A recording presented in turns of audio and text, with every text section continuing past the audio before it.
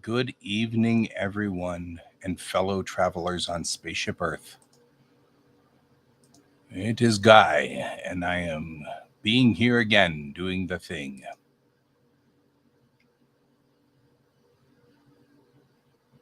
Okay, the music's starting. All right.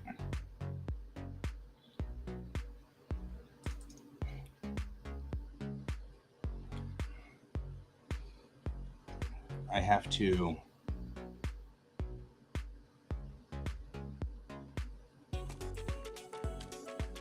check my lists of things. I am turning in my animations to the team. And I wanted to double check that I had every animation. That'd be really nice if I did.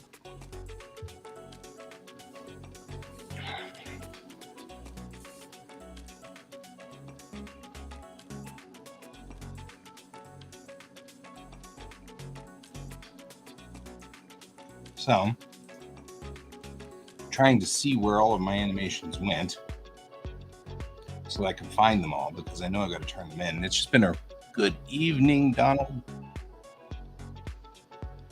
Quack, quack. I like that. How you doing, my dear friend?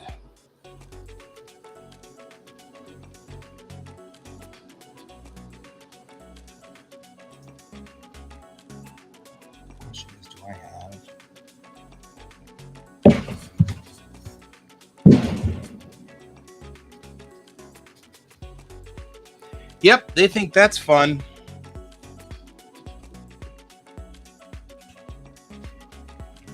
Go away!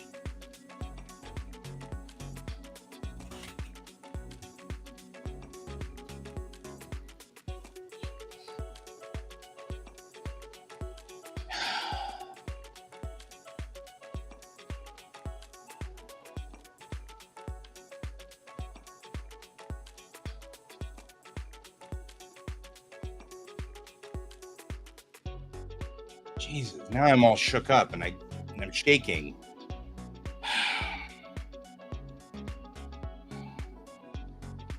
Why do people think that's funny?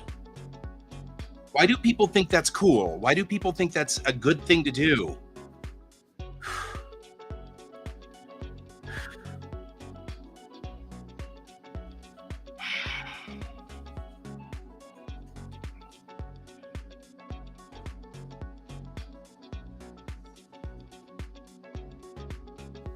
It's like they're getting closer to the house every night. Like they're sticking it right next to the window. My windows are closed. And I saw it spike my monitor. It's so loud that it spiked my monitor inside a room with the door closed.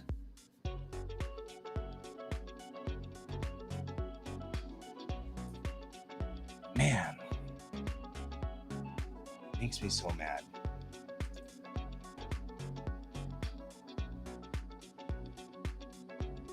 Yeah, somebody's firing off those mortars in the park right across the street. But they're really loud. This time it set off all the car alarms in the neighborhood. I mean, and they've done it every night. Every single night they've done it. And it scares me to death. And it makes it so that I've got to like sit here and like calm myself down. My heart's racing. Oh man. People have PTSD, guys. People have PTSD. You guys have got to stop doing that.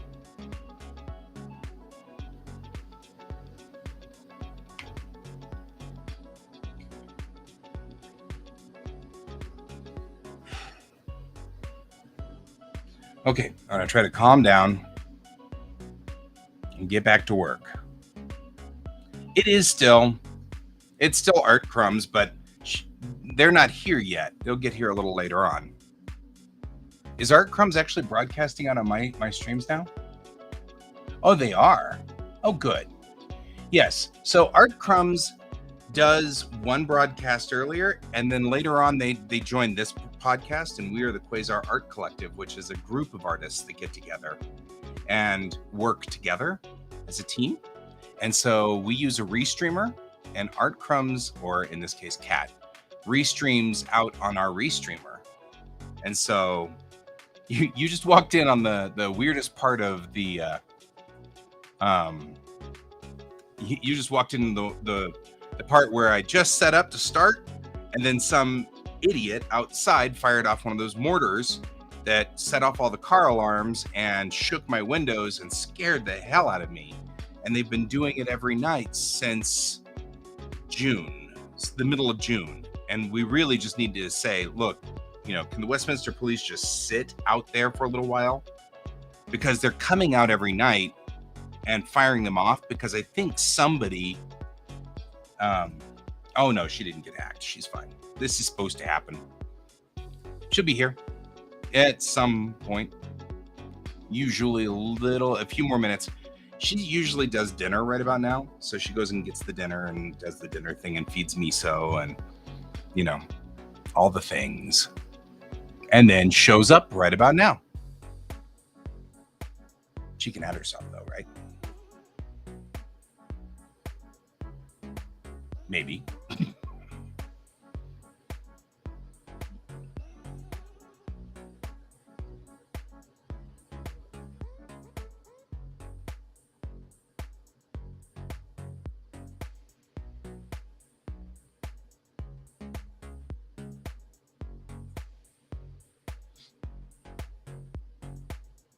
Yeah, well, she's here. She just didn't add herself to the stream, and I'm not sure why. She's in the green room. If you want to hang on, she'll be here in a sec. I'll switch to what I was doing, which is I'm searching for what my situation is. Okay. I think I got it this time. Oh, there you are. I can hear you. Okay. Ish. Oh, maybe I have the wrong sound on. Okay. Can you hear me now? Yep. But okay. You do sound like you're not on your good mic. You sound like you're kind of on your bad mic. Really? Yeah. Oh, let me try the other one then. Because I have the one I usually use. Let me try the other one. Okay, it just worked. Oh, yeah. No, never mind. Go back to the other one. You're right. It's just a matter of apparently understanding where and when and how. Yeah, that's funny. No, that's okay. It's weird. I don't know. Maybe it's. Can you hear my AC in the background? Maybe. Yeah, can you hear me now? Exactly. Right. Did someone have a question for me? Did I hear right? Oh, I was just so what is it? Basius is up there. Came in to see the video and instead got treated to somebody firing off a mortar right by my room and me having to yell at them because I'm really over it. Because it scares the bejeebers out of me. And and I think somebody called the cops on them, and so now they're doing the I'll show you, and they're coming out every night to fire those things and then run. Gosh. So they've been doing it every night since June, like late June. And I am so tired of it. Tonight, the one they fired set off all the car alarms in the neighborhood. Really? Car alarm, damn. It's shaking my windows. People need to get a life. Right? And they You really need to leave me alone. That's my opinion. Get a life, you losers. Right? Like, there's a time and a place, but like that time is over. Right? I mean, I'm willing to put up. I'm really sensitive to loud noises and abrupt noises, Yeah. and I'm willing to put up with a little bit. You know? Yeah. My dad's a veteran. He had like 20 something years of service, so he's sensitive to it too. Not like, you know, like he'll not like over the top react sensitive, but like it still bothers him. Right. And I hate it too, because it's like they'll shoot him off really late at night, and it's like, bruh, I'm trying to sleep, please. Right. Like, I know you have nothing to do with your life, but I have stuff to do. Right? Exactly. It's like, I get it. Yeah. But, you know, it's still, it startles me and it scares me and it makes my pulse race. And then it takes me forever to settle back in and get to work. You know what I mean? Yep. And it's like, I'm still shaking a little bit. And so it's like, they need to stop. That's not okay. You know, I get the idea. You should be able to do whatever you want because you're free, but hurting other people is not okay. Yeah. That shouldn't be a valid option. Yeah. So I'm not gonna be drawing immediately. Yeah, I'm supposed to upload all of the animations that I was doing for my driving school. Mm-hmm. And it has been like 3 months since I've even checked the folder. So I was going, You need to finish 1 minute something. after noise ordinance is enforced. Yeah. Yeah, they're just being, oh yeah, you can't force me to do anything because I got freedoms. You're not my real dad. Yeah. It's such a petty, stupid thing. I'm so sleepy. I'm never this sleepy. Are you sleepy? I'm extremely tired. I was really tired until somebody fired the thing off. Now I'm not tired, but I will probably settle down to really tired. So we might cut the show short tonight. That'd be okay. Yeah. I would not be opposed. Yeah, my brain is just like, well, I didn't know Viz was doing freaking portfolio reviews at San Diego. And I thought, well, do I want to even try? Right. And because usually you have to register for those. You have to like register in advance, like schedule a slot. And I have seen absolutely nothing. Like I checked Twitter, I checked Facebook, I checked their website, like looking, and I have emails from them. So Right. like I've seen nothing about like having to register for something. Right.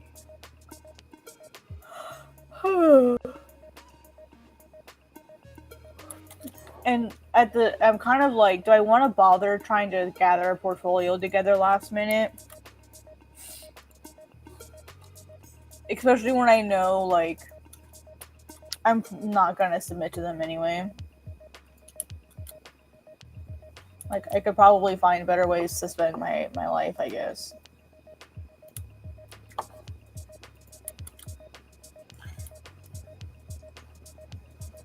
Yep. So I was trying to figure out how if I wanna even bother. Is that you, Brent? Popping in and saying hi. Oof. I'm so stiff.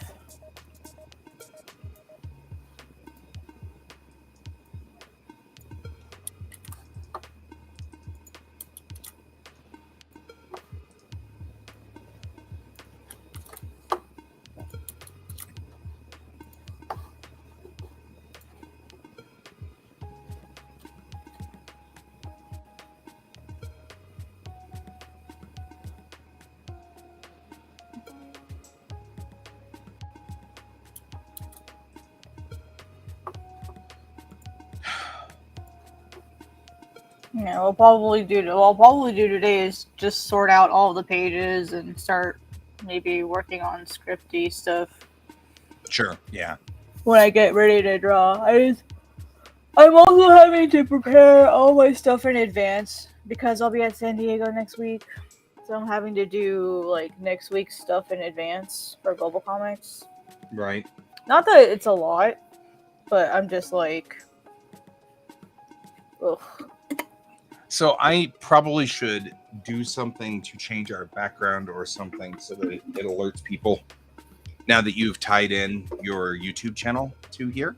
Oh. Because if you're not going to be here all week next week, I'm going to have a whole bunch of people who are like, where is she? No, I'll put a. Yeah, you might want to just add like maybe like a little like bar or something on the bottom. Be like, Cat won't be here this week. Like, Cat's at San Diego. Yeah, that sounds like I could do it as. Oh, you know what I could do?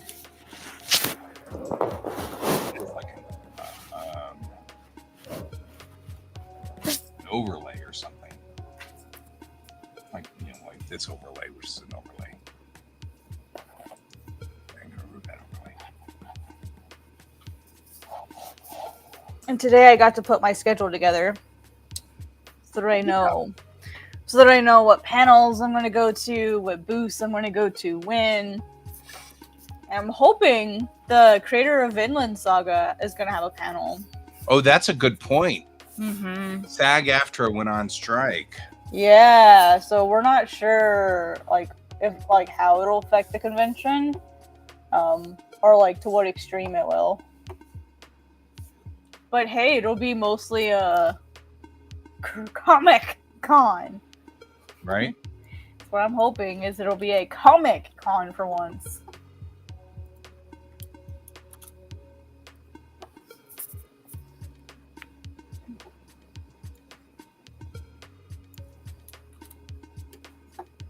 I'm looking forward. I'm to the it, admiral. though. How did I become the admiral? Admiral. Like, who put me in charge? Do you want to be? I'm like, everybody's I don't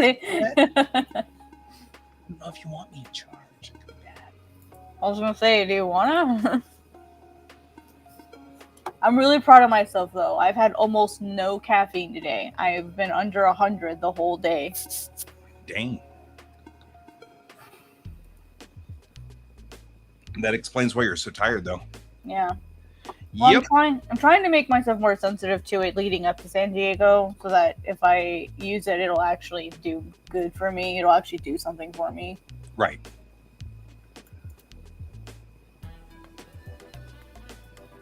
Because I'm used to 200 a day, like as my like average.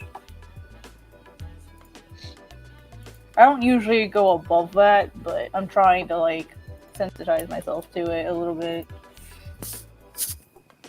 And trying to be sure like I sleep more. I don't think 2 hours, going like back 2 hours will jet lag me that much though. It's 2 hours. My schedule's trash anyway. If anything, it'll actually make it normal because I'll actually go to bed earlier on time. If anything, it'll fix it.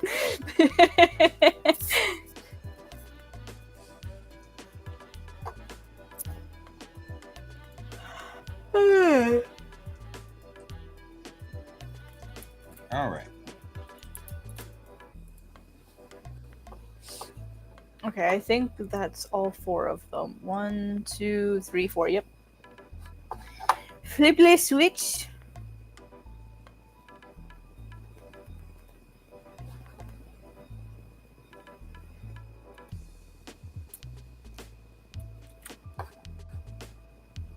Mm-hmm. Didn't we do this? We did this. We did all of these. Why are we having a problem with this?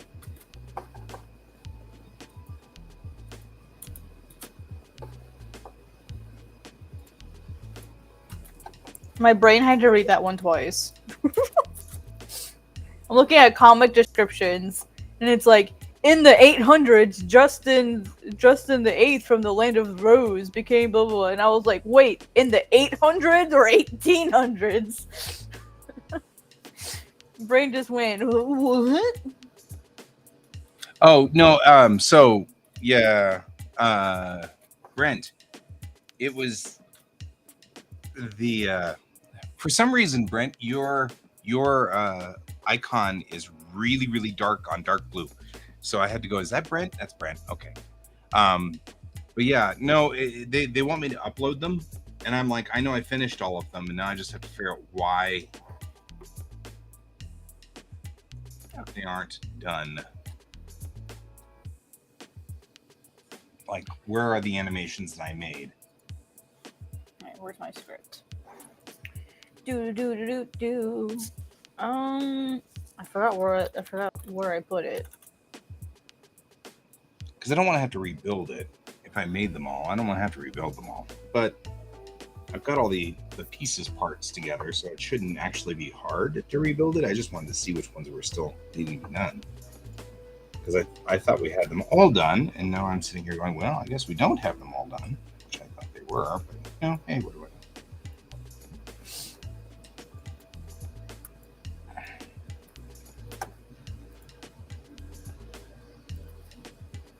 Yeah, they're somewhere.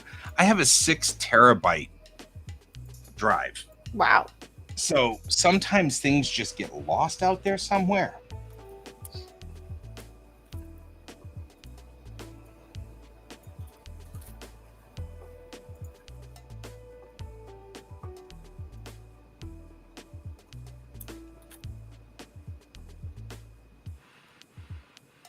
Six terabyte drive. Damn. Yeah. Oh, it's something to do with the way that my my reader or so I have the chat added to OBS. It's something that Restream does is they offer you can take the link from the chat and add it as a piece to your OBS so that it'll be on OBS. Mm-hmm. Which has been my goal all along, is to have all of the show's materials on OBS so that I only use up one screen. Mm-hmm. Because right now, the way up until I figured this all out, I had to have OBS on one screen, and then I had to have Restream on the other screen so I could let you guys into the show or run the opening credits or run the closing credits or whatever. But I figured out a way to make both of those sit on the here. The only problem we have is that, we have that same problem I was having the other night. But anyway, it's what I've been trying to do, is consolidate all of the pieces onto one screen. Well, the chat comes from Restream. That's something they offer a direct connection to. And so it comes in this color that's a dark blue, and Brent's icon from Twitch is purple, dark purple. So he's got this dark blue on dark purple going for him. I think I can change the appearance though. So let's see.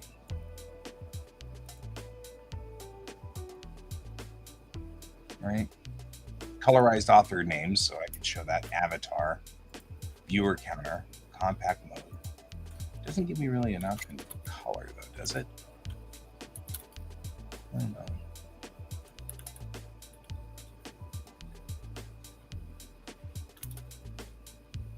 Yeah, so it doesn't give me a chance to change the colors.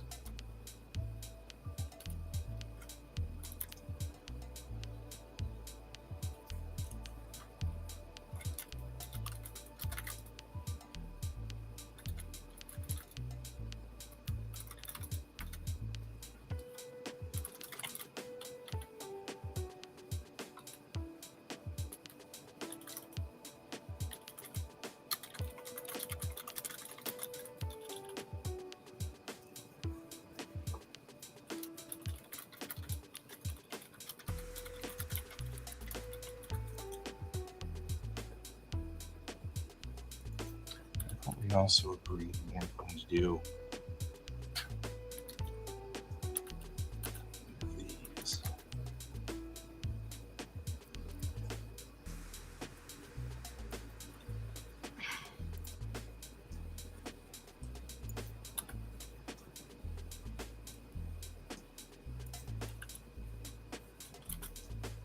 I applied for a job as a history and English teacher at a private school today. We'll see if that works. Who knows? I'll be streaming tomorrow. Yeah, but Brent, I will be late.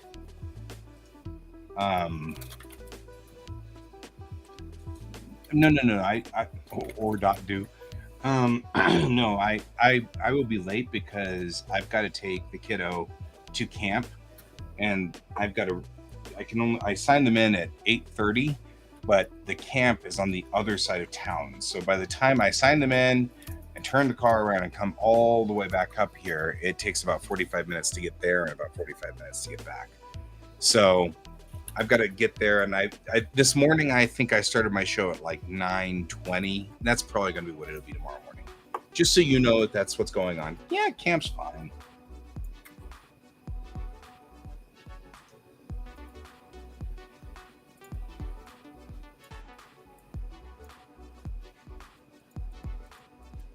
Yep. In this instance, it's just far.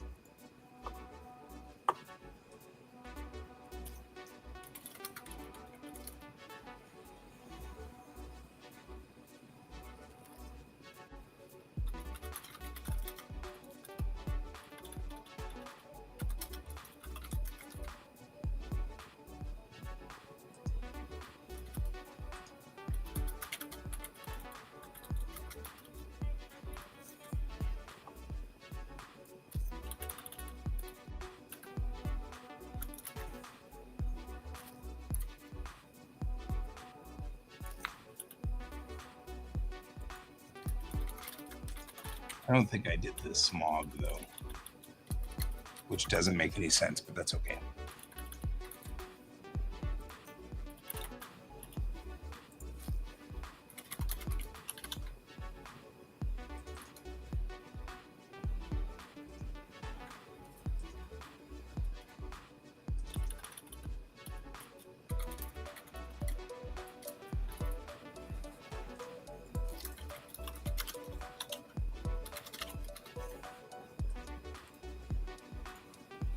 Okay, I know roughly what I want. No, you're doing better than most people.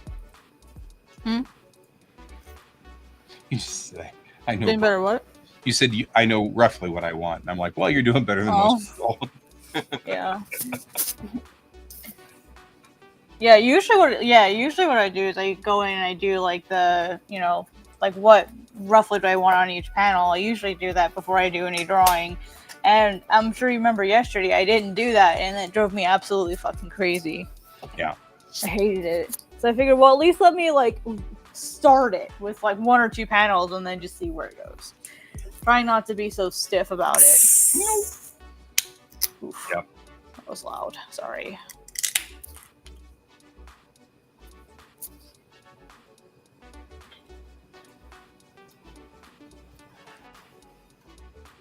It's caffeine and sugar free, by the way. So I'm not cheating. Caffeine, sugar free? What?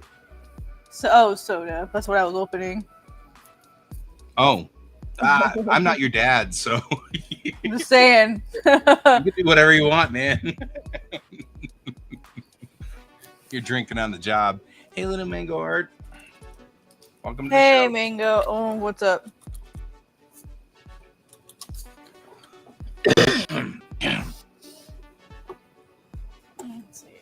I'm gonna actually sort out these windows so I can actually see things.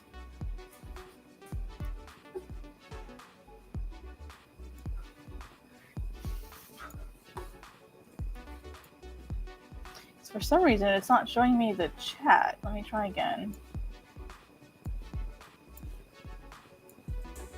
Oh, that's good. Amazingly, they didn't hit each other, even though they were jerks about it. Just saying.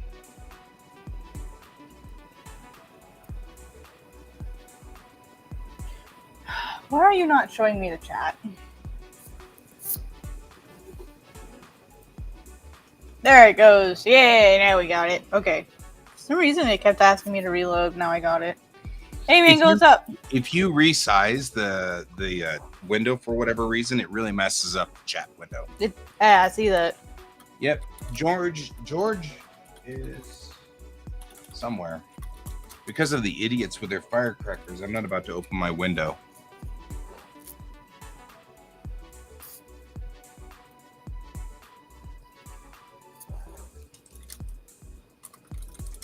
Ha ha ha.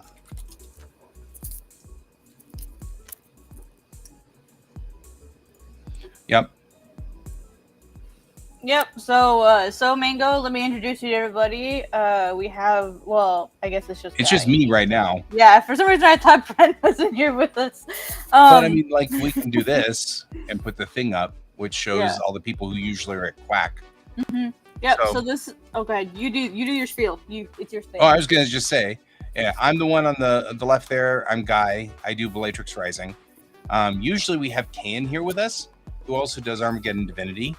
And of course, Kat does God's Bane. Every so often we have Raph here who does Pia, and Pepper is off and on as well. And though he's not running a comic, he does a lot of comic type art. So Kat is helping out on the stream because I'm the only one that runs the stream, and so if I ever have I'm sick or I need a day off or whatever, there's nobody else who can run the stream for me. So Kat has graciously decided to help. So in return, we're restream broadcasting to all of the streams with all of us. And you can join all of us or link in with all of us as well, so that you can see all of these things.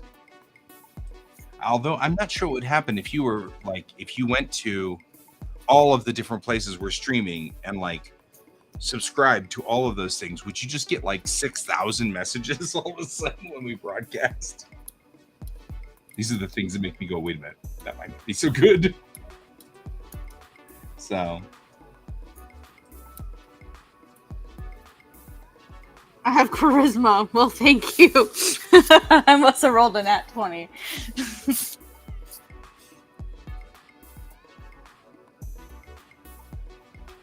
No wine tonight, just confidence. I mean, I've got some wine sitting there in the fridge. I have to have it warm though. It's mead, and normally I'm good with mead. I like mead, but for whatever reason, I don't remember this particular mead being so strong, like alcohol-y. I don't remember it being that way. And so when I went to drink it cold, how I usually drink my mead, I was like, whoa, my face would have vanished into I felt like I would have become an Ouroboros. It was so strong. I had no face left. You were faceless. I was faceless. The mead left me faceless.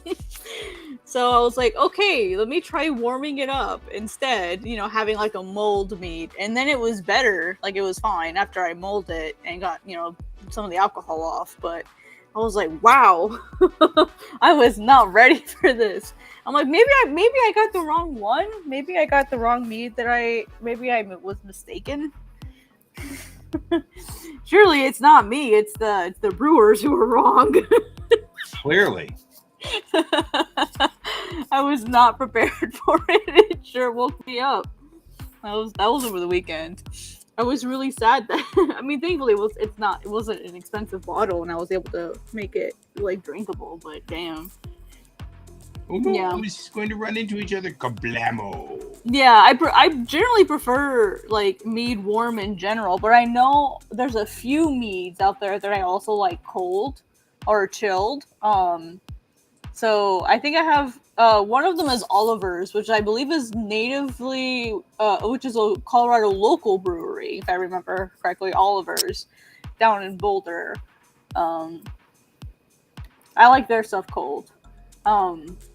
Yeah, but more Nordic meads or meads done in the Nordic style are definitely better warm.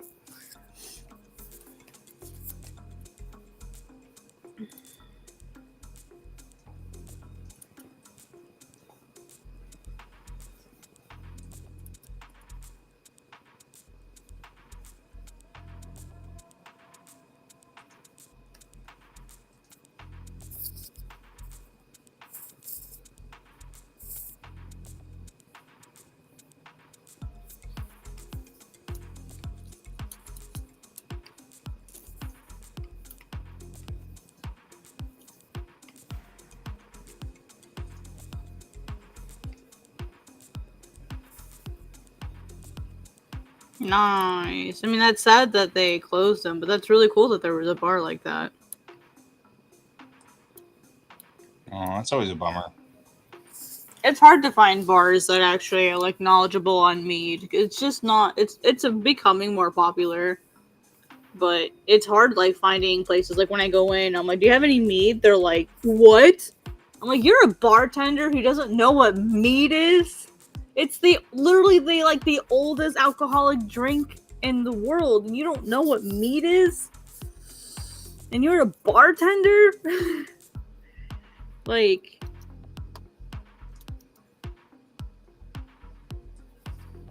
I don't think that they need to be like encyclopedic knowledges of different alcoholic drinks, but I'm like, you don't even know the most basic drink there is. I'm saying that as someone who was a bartender. Right? You did that job. Yeah. Like, I made sure that I learned as many recipes as I could. I learned how to do some flair, a few tricks. A few tricks. Like, I went out of my way to make sure I could do a fun job.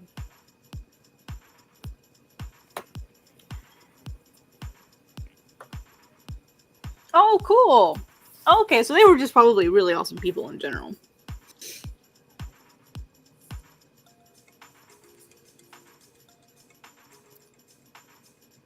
Man, I don't know what I want to do with this page.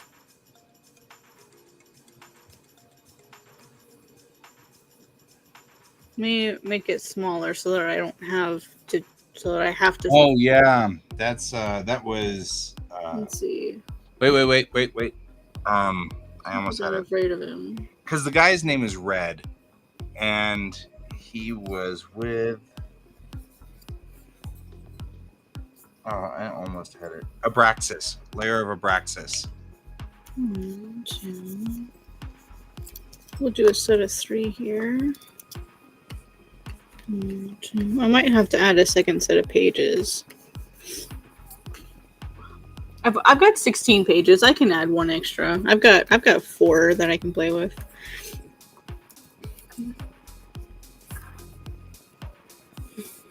See, the animation's all rigged. I had to have done this somewhere along the line. Like the little dude here in the driver's seat's doing a correct smog maneuver. Signal, mirror, over the shoulder, go.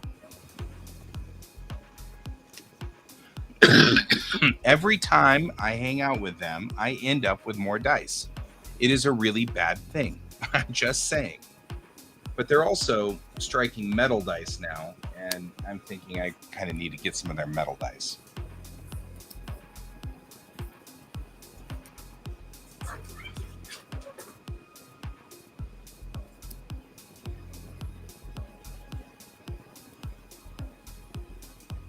Yeah, see, he's doing a perfect smog maneuver. I'm not sure exactly what this animation's set up and correct. I feel like there has this. I mean, this is rigged. There's no reason for it to. Yeah, 2 sets of metal dice. There's no reason for this not to be working properly. I don't know. I'm not sure what's going on. Like, where did this animation wander off to? If I hit go on the animation, though, to render it again, it's going to totally end up... Well, I don't know. That's a question. Maybe if you hit go, it'll show you where it's sent it to.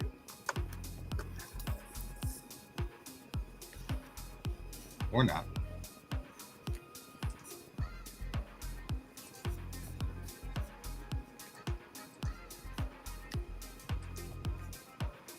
Okay, there we go. That's why. Ah, that's not this thing. It gave me a path.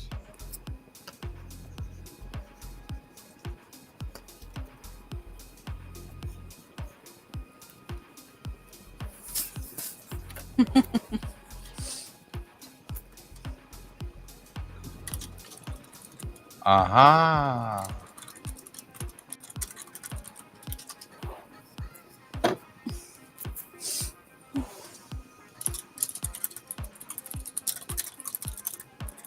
This is blind intersection stuff.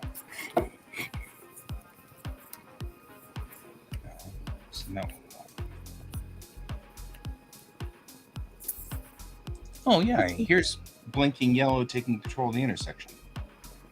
Yeah. Okay, see?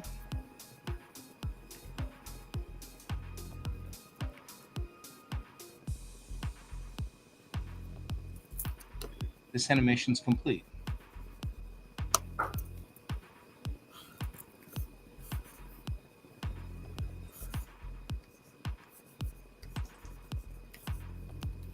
Let's see. How's that commission going for you, Mango? I remember you were working on that. How's that going? Commission? Okay, yep. Same wavelength. I literally was just about to ask and you talked about it. Nice. Same wavelength. That's funny. Send help. That's a mood. I feel that. I need help too. I'm doing this the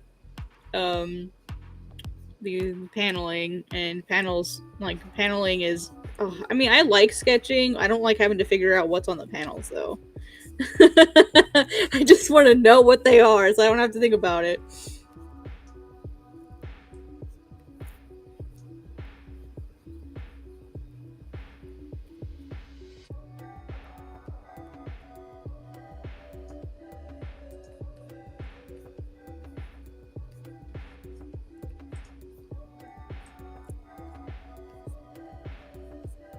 Center is here.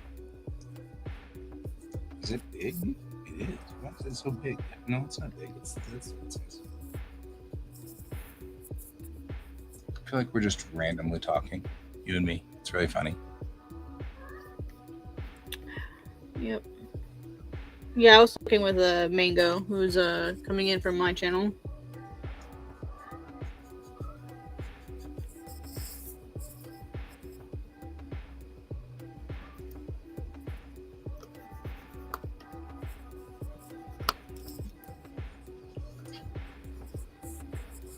Hang on, I'll be right back.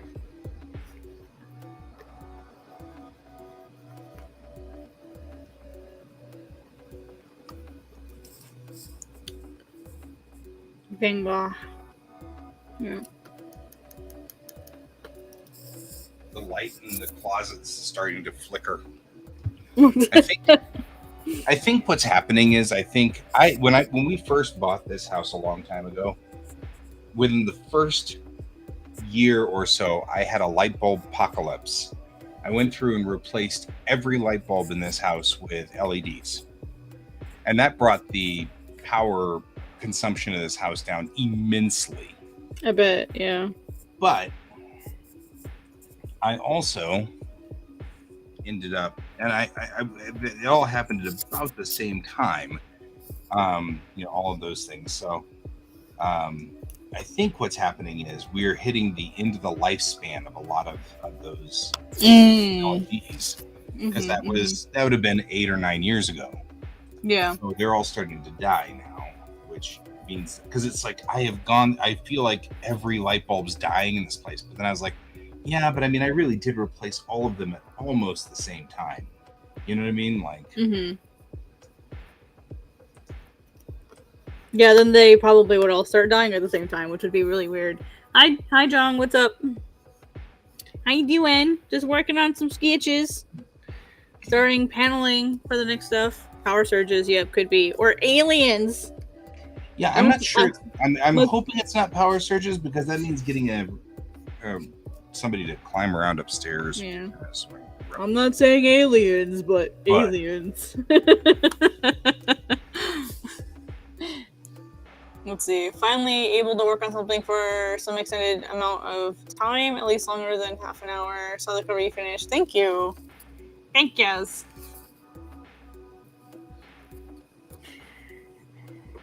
Yeah, I'll bring it. I did just a few minor adjustments, so I'll bring that up for you guys. Let's see. I did a few like teeny adjustments. Like moving around, like where the title was and where my name was, changing the fonts a tiny bit. Just moved just a few things around just to like help balance it out. So here's what I ended up with for like the final result.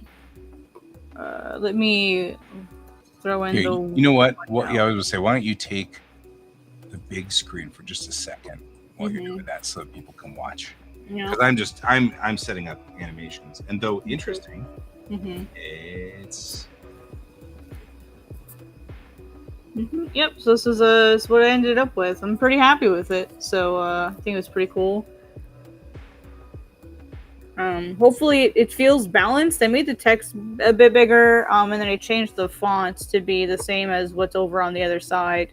I still need to download the font that I chose for it. I don't have it already, so I need to go download it, or I mean go purchase it. But I need to still edit the part over here, like the back cover, because the line art isn't quite the same, obviously. So I need to go in and adjust that, but I'll do that at a later date. So it's close enough for now. The main thing is that the front cover is done. That's kind of the main thing. Yeah. Thank you. Yeah, I have a panel that I'll be doing at San Diego. And so what I'd like to do is I actually want to do a paneling, like talk about paneling, talk about the different types of panels, talk about like the komawari, and then things like the misigoma, hikigoma, makurigoma, Maskugoma always messes me up. Naname Goma, like all of those different gomas. And then talk about like Sandangumi, Yondangumi, like those kinds of things. I want to talk about all of that at this panel, because apparently like the person, like my co-panelist, is really big and famous apparently. And then there's me. As if that's not scary. Yeah, I'm like, oh, I'm like, well, this is a person who like has like he's a Taiwanese mangaka. Let me grab his name. So you want to make sure you have all the words right. Yeah, I have to make sure I say things right. I'm trying to make sure like my pronunciation is correct, because like intonation matters with Japanese. Yeah. So I want to be sure. They always say it's flat, but it isn't. I've heard that's the safe default. Like that's what you should do as a default if you don't know what the intonation is, especially with words like hashi. Yeah. Where it matters. Where it matters. When I was in class, I had the worst time with chopsticks versus bridge. No, the word for bank. Ginkgo. Mm-hmm. Yeah, ginkgo. Like, I have there's an like, oop, so you have to let it hold. Yeah, there's that, and then there's also the N. The N is its own syllable, and I keep wanting to do gin, not gin, like give it its own syllable. And so I remember there was this one lesson where I think we literally just practiced saying like ginkgo for like 5 minutes. And it drove me up the wall. And she's like, all right, let's clap it out. And I'm like, no. But that's what I have to do. Like, for me to like learn the words properly, I have to do it again and again. And I found these really cool videos called shadowing. Mm-hmm. And I feel like that's helped a lot, just to have like to practice being able to speak at a normal pace. Because I can always slow the videos down to whatever pace I'm able to do. So, right. Yeah. But it's just nice to feel like I can have a general conversation. Conversation? Mm-hmm. Sorry, yeah, I can't help myself. It's compulsive. Let's see. His name is Cheng Sheng. Cheng Sheng. Here we go. He creates a series called Old. I don't know if it's Oldman or Old Man. I think it's Oldman. Maybe like that's what it looks like. I mean, they look like they're two different words, but it's like all in one word. Like I personally don't know a lot about him, but it seems like he's really well known, and he's got like a nice big social media following, and his art is really nice. Me.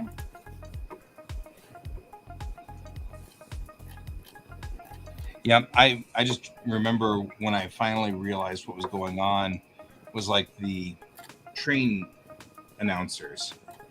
Mm-hmm. you know. So they would say things, and I'd be like, "Oh, I get it." You know, Mm-hmm. like I finally understand kind of what's going on there. Mm-hmm. Yeah, I find that when I listen to TV and radio, like people who have to like speak like that for a living, they are the most easiest. They're the most easiest. Great English cat. They are the easiest to understand. Yeah, but The like most the train, easiest. the train person or um the automated voice would say, like Tsugi no eki wa Akihabara, like that. Oh yeah, And it yeah. was all like staggered out like that. And I was like, oh, I see. You know what I mean? Like for some reason I could understand that. Mhm. Because like I had a real problem with um Asakusa, which Oh is a yeah. saksa. That's the way they'll say it. They'll smush those together. So it becomes a Mhm. saksa. And that's Yeah. a burrow. It's like, and I've Yeah. always got it like screwed up. And every time I Yeah. was like, I don't know where the heck I'm going. Mhm. There's a song that I like, and I forget what the word is. There's a phrase in the I think it's in the second verse of the song, and when I listen to it, like I know what the words actually are, but when I listen to it, it sounds like they just smashed 5 words together in like 2 words, Yeah. and I'm like, how does that equal that? It doesn't make any sense to me. But the song is Shinjitsu no Uta. It's a Inuyasha ending theme, and I really like that song. It's really pretty. Same thing with the Fukai Mori ending, which is the second ending. Both of them are by Do As Infinity, and so like Oh, I love Do It Infinity. yeah, they're great. If I could like find like one band to go to a concert to that wasn't like an English band, that's one that I would pick. Domo arigato, Mr. Robot. Yeah, I remember What was the that name of one. what was the song you were just talking about? The first one? Shinjitsu no Uta. Oh, See, I can't even say it right. Shinjitsu no Uta. Shinjitsu no Uta. Yeah. Shinjitsu no Shinjitsu no Uta. Uta. Mhm. Uta. Shinjitsu no Uta. Uta. Yeah, those. Yep. Mango gets it. Those are good endings. And then the other one that I really liked is "Come" by Namie Amuro. Amuro Namie. Yeah. Amuro Namie. Yeah. I've been That's like- following her for a long time since she was with the Super Yeah. Monkeys. Most of And them then thought the name Super Monkeys was awesome. And then My Will is good too. My Will is very good. That's like, yeah, that's a great one. It's a good one. Yep. These are old McGoldie pants. And then we can't forget the classic Every Heart by Hamasaki Ayumi. Yes. So my adopted kiddo, right? So Yeah. the not adopted really, but like she comes over here from time to time and hangs with us. And every so often she just has these super wild zingers, right? Because we've been teaching her English since she was 2, right? So we're family to her. As far as she's concerned, we're just family. You know, she doesn't even think twice about it. So I'm like driving along one day and I'm listening to my music set and Hamasaki Ayumi comes on and she's like, this sounds so old, like really old music.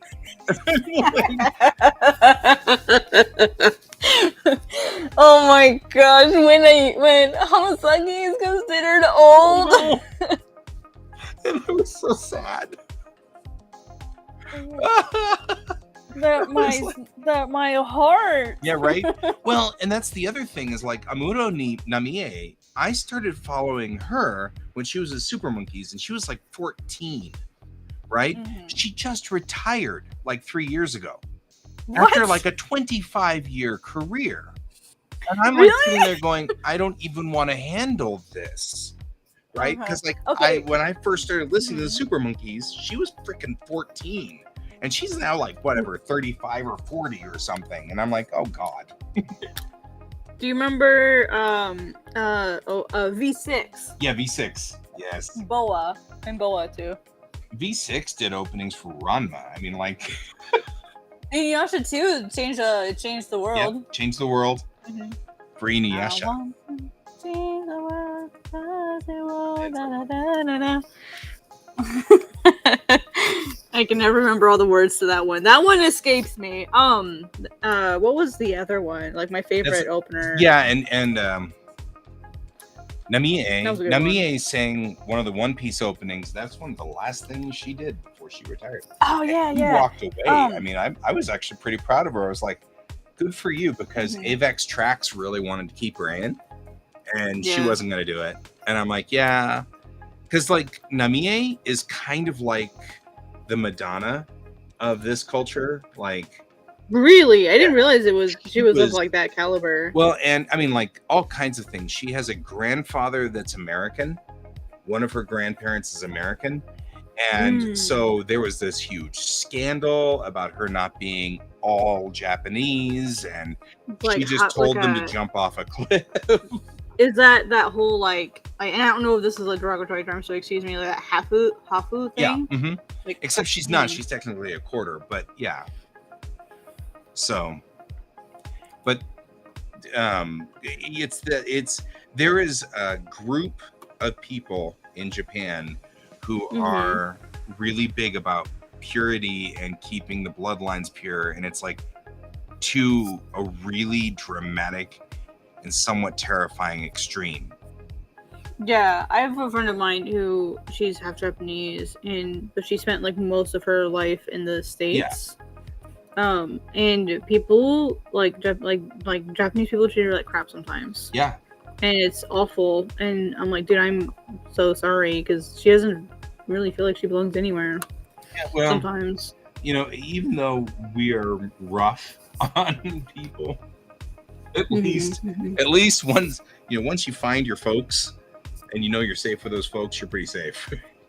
Yeah. That said, like I said, this particular family that I have been attached to this whole time, you know, I was just talking to the dad, and the dad was going on and on about medications and, you know, problems in the family and some psychological issues between like various family members. And I'm like, we are really embedded in this family. I mean, this is like a random Japanese family. With not random. I mean, obviously these are people we met while we were there. Well, that's stuff they don't share with Exactly. people they consider Not outside share- the family. Exactly. You don't share this stuff. And here he's talking about all these medications and all this stuff and all the you know, all these things that he's been going through with the kid, with the wife, with the family, with everybody. And it's like, dude. Like, it's like, wow, thanks for feeling comfortable with, right? with I'm me. like, clearly, I'm belong to this honored. family. You know, so it's like, Yeah. yeah. Yeah, I had a moment where somebody That's used true. Chan with me, and I went, what? What, Chan? Cat Chan? I'm like, oh, what? I go for that. I was just because I'm used to hearing like, you know, Kata-san. I'm like, hi, and all of a sudden I heard Kata-chan. Eh? Right? Atashi? Did you just catch on me? Oh no, I was like, what? Yeah.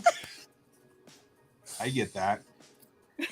I was not expecting the Chan, and I'm like, I have I'm like, that's are we kind of friends wild now? because I've never been called that except by my wife, obviously. Mhm. But yeah, that's kind of interesting because it is. It's kind of like, oh, I don't want to do that. Yeah, it's like a marker of like, oh, are we friends now? So it just made me excited. Nobody ever called me that because, of course, I was sensei when I was there, and you don't call senseis ever by that friendly name. I had one girl in my 7th grade class try to pull it off, and the Japanese teacher jumped down her throat for it. Oof. Which was because like because it was well, she was being cute. I think she had a crush on me or something, but it was very because she was trying to be adorable and cute. And I think the teacher misunderstood that as abusing the fact that I'm a foreigner. Oh, I see. So the teacher just gave her the whatnot for it and just like laid her out. It was really, I mean, I was like, oh, and I was just like, Don't do that. She's so sweet. Yeah, This this sweet little was kid. this was like a group of manga artists, and we all kind of hang out and work out together. And like some of them speak Japanese, and so every once in a while they'll just sit there and they'll just like have whole conversations in Japanese. I'm just kind of sitting there vibing, and then every once in a while I'll hear my name, and I'm like, huh, hi, nanda. Nanda. Yep. And it's funny because I didn't realize this, but when I do speak Japanese, and my Japanese is not very good, but when I do speak it, they're like, "Kat, you become so mellow when you speak Japanese. Like when you're speaking English, you're like really hyper and loud, and then you speak Japanese and you're like a whole different person. It's like you're scared to talk." I'm like, well, one, I am, You're cute. and two, and two, I know I have to like watch the energy level. It's just funny because I didn't really notice it that much, but they definitely had noticed it. And they were like, "Are you doing that on purpose?" And that's why they asked. I'm like, "No." Right. I'm like, I have to think twice as hard when I'm speaking in a different language. That was it. I'm like, I've got 2 brain cells, and they're both having to work overtime when I do this. Really hard at this. So, yeah, there's a lot of things I never really noticed, but like when Oscar was over here, the girl,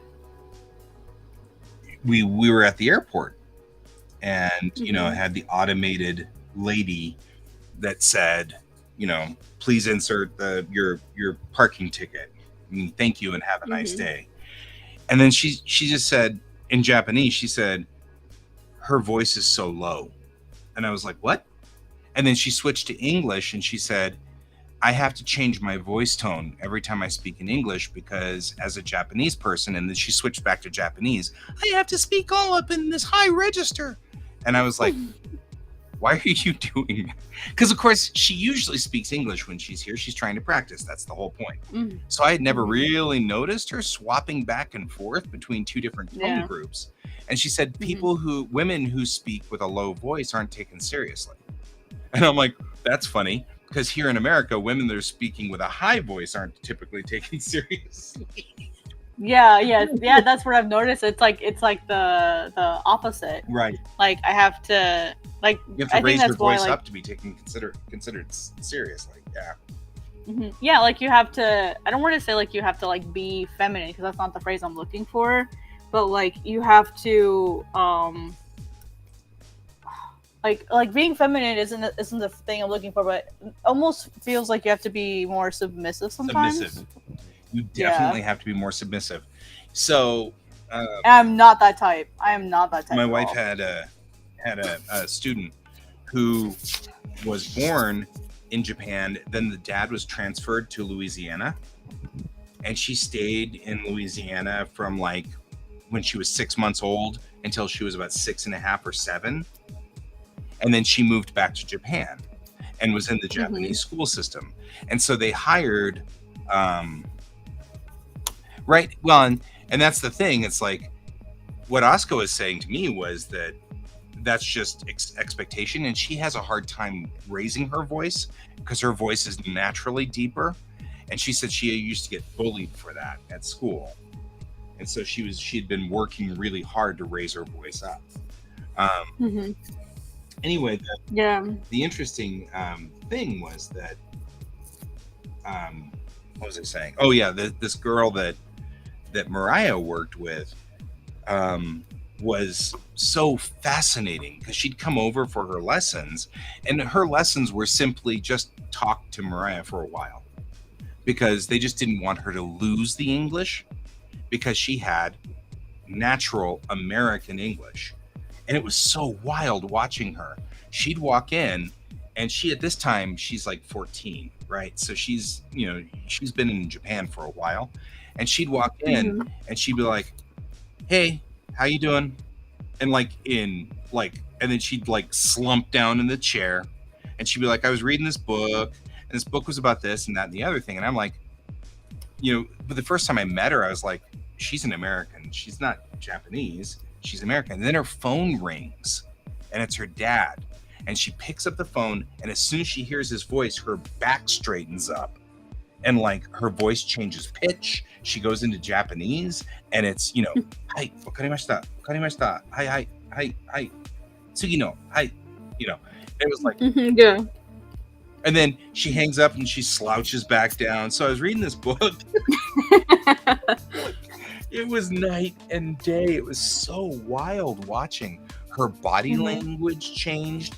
Everything. Yeah. It was wild. Same thing happened to me in Spanish class. Yeah, like I could feel like the physical, like not that extreme, Right? But I felt like I had to like act different to like when I was speaking in my Spanish classes. But I think anytime you're speaking another language that's not your own, you'll change. But that's fascinating. I would have been, you know what? Now that I think about it, I've noticed that with my friends who speak other languages. Now that I think about it. It all depends. I think it all depends because I actually worked really hard to not change when I switched to Japanese because the kids liked me being a funny, fluffy teacher, and I was kind of silly and I was kind of wild and stuff like that. And they would take advantage by they would talk to each other in Japanese and assume that I couldn't understand them. Oh. And so I liked to keep my demeanor exactly the same and to keep them off guard. Yeah, to keep them off guard. So I'd be like, repeat after me, that the glass is full, and then they'd be like, the glass is full. And they start saying something and I'd say, wakarimashita. And I'd be like, you just be like, wakarimashita. And they'd be like, and then they're like, and I'm like, I would be really, I'd just sit there and smile and go, moto tene, watashi wa sensei dakara. I'm like, you have to be more polite. I'm a teacher. You can't just sit there and like watch them like sink in their seats. it's like really funny because like they would be like, you still have to be like, oh no, we made a teacher upset. Right? Well, the funniest part about it is they would use rude language with me often. And I'd say, moto tene, like, bring it back up. Right. Is that because of like the whole like, oh, he's American gaijin thing? We can talk rude to him? Yeah. And they didn't think that I knew the difference. Mm. You know what I mean? Like, but I mean, the legitimate thing was I was in a Kyudo dojo. And since I was learning Kyudo, that's one of the most rigid Japanese performance martial arts that there is. Like it's extremely it's full of Japanese culture, and you have to do everything perfectly, and you have to you're exuding Yamato Damashi. You're exuding the spirit of Japan when by that threw my sensei once because he was trying to explain to me how the inner soul of Kyudo one night, and I said Yamato Damashi, and he went, "You understand Yamato Damashi?" Yes, and he's like, "Really? Tell me all about it." And I'm like, "Well, let's see. We'll start with Musashi." He's like, "Okay, you got it. Never mind. Haul out Miyamoto Musashi, and you know what you're talking about." But it was one of those things. Yeah, since I was in that dojo, I was already learning all of the, you have to be more respectful here. You have to be more polite. Upgrade your language to this, to this level. Don't talk to your sensei like this. I had already gone through all of that real early on, to hold the decorum in the dojo. And so it didn't take long for my kids to realize that I was slinging the same things at them. You have to be respectful. You have to, it was kind of, I don't know. I thought it was fun. I had a set of kids that always liked to push. And then I had the kids that were like always yelling at the kids who were always pushing. That was the other sign,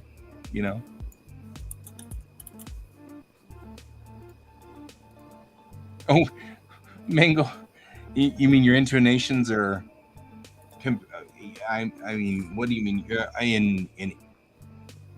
In English, your intonations are off? Or in Japanese, your intonations are off?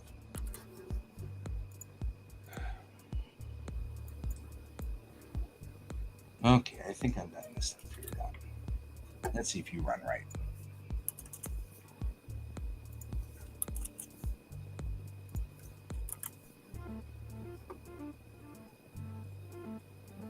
English. Oh yeah. Any language. You like all of them. Harder if you're trying to learn Mandarin. Intonations being off in Mandarin's brutal.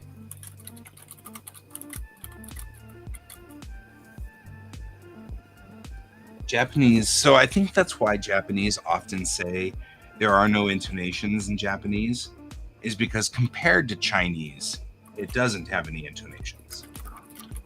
If you compare it to Chinese, which, you know, there's literally a sentence that's like ma, ma, ma, ma, ma, ma, you know, and it's like, does your mother love the horse or something like that? And it's all about the intonation and whether you went up with ma or down with ma, or whether you were over with ma, you know, like all of these things. It's just really funny. So, anyway, sorry, I'm rambling now. I don't know.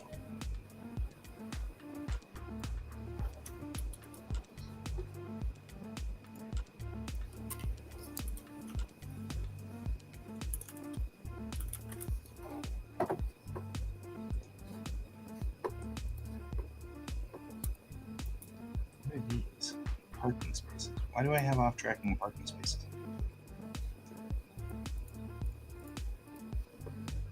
Oh, because off-tracking is parking spaces. We should replace these and move them backwards. Move this to here. This to here. Says me being a teacher. I'm doing my teacher stuff. I feel like I've killed the discussion.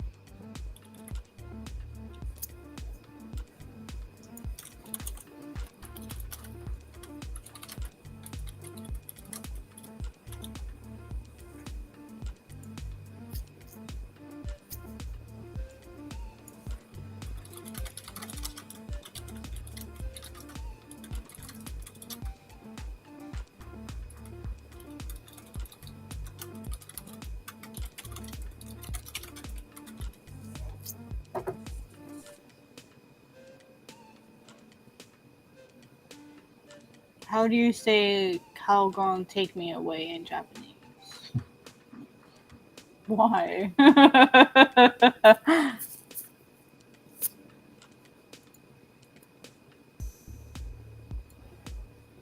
Oh, thank you. I was just like, I feel like this covers you. No, actually, you know what? If you are drawing and doing work, we're doing our job. Yeah. This is a body doubling That's session. what this is all about. Have you explained body doubling? I don't think I have yet. I don't think I've explained it yet. So those of us that are neurodivergent with ADD or autism spectrum, those of us that do that, we have this interesting like thing, which is if somebody else is working and you're sitting next to them, you're compelled to work and you're compelled to stay on task, and it's really strange.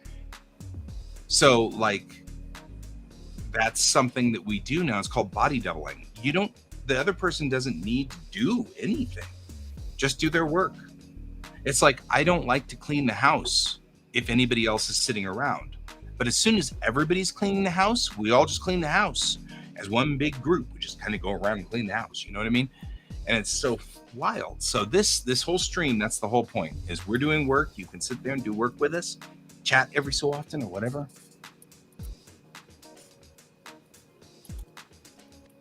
Oh, yeah. The tierra with that roll.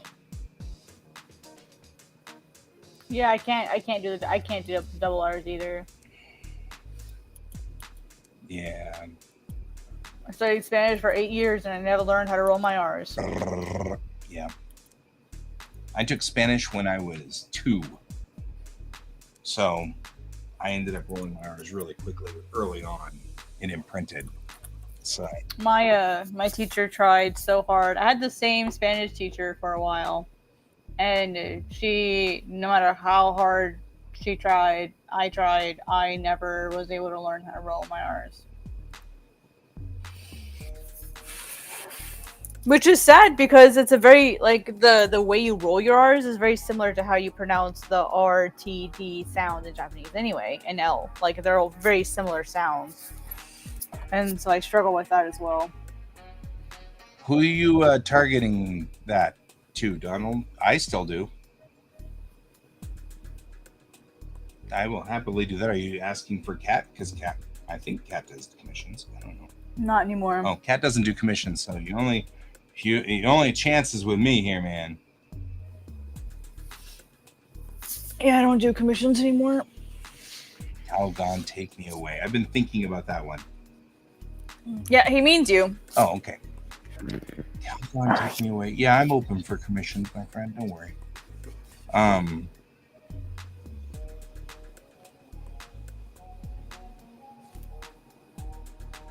Yeah, I stopped doing commissions. that I can be- focus on comic. Calgon wa Calgon. 私に取ってさせる? I mean, like making that verb decide to take you away. I'm kind of curious. Does that sound right to you? 取ってさせる?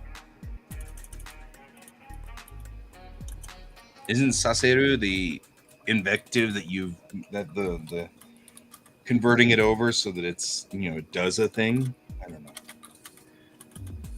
There's a specific thing for it. Anyway, congratulations. We've received 100 messages today with chat. Yay. I usually charge between 100 and 150. I'm trying to convert to 150 now as we approach, because everything's getting so much more expensive. But it depends on what you're asking for. Like, I just recently did a commission that looks like this. And I'll make this even again.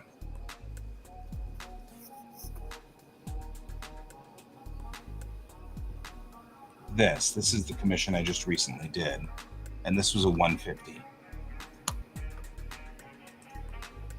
So that would be like, with this level of detail and kind of going in and doing all of this sort of setup like that. That's 150. When I did commissions, let me show you an example. I have like a full color one here somewhere. Let's see. I'll just show you. It wasn't a commission, but I can show you like a sample what I used to do. And this piece I'd probably do for, depending on how complicated it is, this would probably be also 150 because it's just flat shaded and not like hard shaded. If they wanted more of a realistic style, I'd go for 200 or a donkey and a shark, lion shark. Gotcha. A friend of mine is doing an Expanse game, and so this is my character man, Scrapper. He's a pilot. So when I did character illustrations like this that were full colored, they were $150 to $200, depending on like how detailed the background you wanted, which I feel like is pretty cheap considering how long they took me back then. Yeah. So that was about 150, and I did those pretty often. And then if I had something that had a background, I like usually like a character and a background like this. These were upwards of like 300 plus. Yeah, this is a 200 plus right here. Mm-hmm.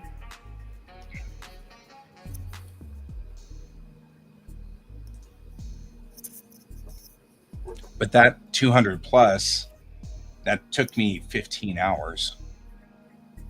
Mm-hmm. So, I mean, It's not like you're paying for real work. There's a lot of work on that one. Mm-hmm. Mm-hmm.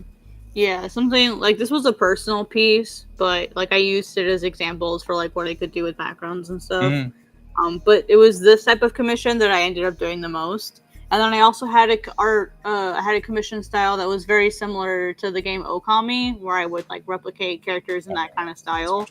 And that was like $80 each because they were, pretty simplified. Yeah, like one page, I'll show you like a finished page because I don't know if you've seen my finished pages of God's Bane. Let's see, I'll show you some like old finished pages. And also, I guess Jung, just so you know, we've actually had on QAC, we've had long discussions, and you could probably find it back there on the archives if you friend, like the other pages, other artists. But we've had discussions about this where it's gone back and forth, and the artists have all been arguing over whether we should be charging that much and whether it should be. And the answer really is yes, you should, because especially something like that Ivy piece is, it's 15 hours of work, hard work. Sorry, I didn't mean to cut you off there. No, you're good. I'm waiting for my file to open. You're good. Not sure what to think about that, but okay. Yeah, if I was just sitting here, because I wanted to show like how long like pages take. Like I have people that will balk at me. That will be like, "How dare you even ask like $200 to $150 a page for manga, when like a spread like this, like a full detailed spread, easily takes me like 16 hours, easy." Right. Like 15 to 20 hours on average for a spread like this. Like look at all the freaking detail that I have in here. Right. You're an insanely detailed person. Like I don't mess around when I do like my details and stuff. Like I'll yeah, sure. Like the screen tones are a little sloppy, but that's because you're not gonna notice that stuff. Right. You're not gonna notice that. Like the other thing is I forgot to shade this little thing here. Like I forgot to add his shadow. But like this stuff takes a really long time. And so if I do like a manga commission, like even just black and white at this level of tone, it's like $150 to $200 a page. And I've had comic artists that wanted to like commission me to work for them, and they're like, "Oh my gosh, I would never pay like $150 for like something in black and white." And I'm like, "Okay, F you, go away then." That's a cheap price, son. That's the discount price for a per page for a chapter. It really is. And I think that's part of it. We've always sort of had to stand down from things and like, oh yeah, back off a little bit, and you know what I mean. And it's like, but at the same time, we've got to think.